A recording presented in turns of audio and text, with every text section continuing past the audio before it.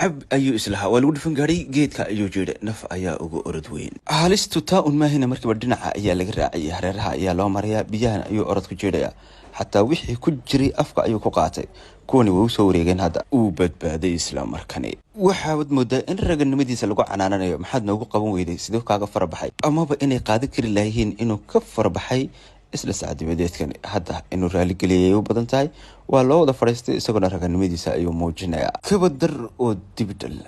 tan kale waxay badbaadis leedahay isla ilmaheedii goobtan ayay ka baxday isaguna waa ka bixi kari laayahay lugta markuu dhigaba waa u silbanaysaa oo waa ka bixi kari laayahay haddii ay waxoogaa sii joogaan halisuhu way ku iman doonaan oo kan meel aan ka dheereen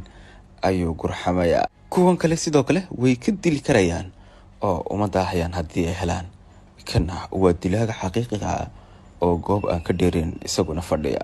hadda waxa uu egeynay soo badbaadeen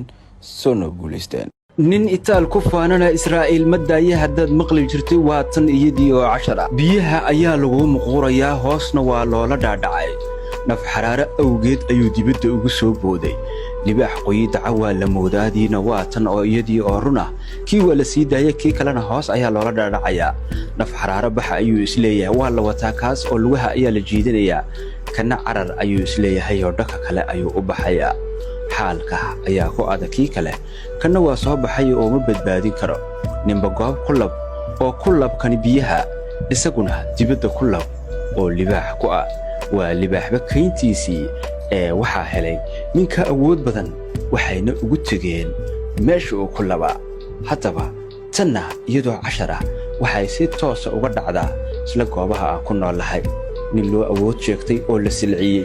nin la rafaadiyay ama nolosha lagu ciriiriyay kadibna loogu yimaado isla goobta uu isagu joogo ama ka talinayay isaguna uga aargoosta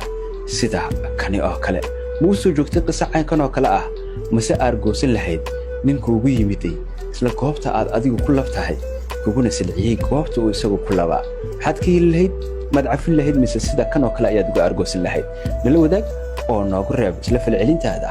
xagga hoose sidoo kale la wadaag walaalahaaga si ay ugu taamila qaataan oo ay qofna u silcin si berritooda iyakana loo silcinin mahadsanid mar labaad la wadaag walaalahaaga. Assalaamu calaykum.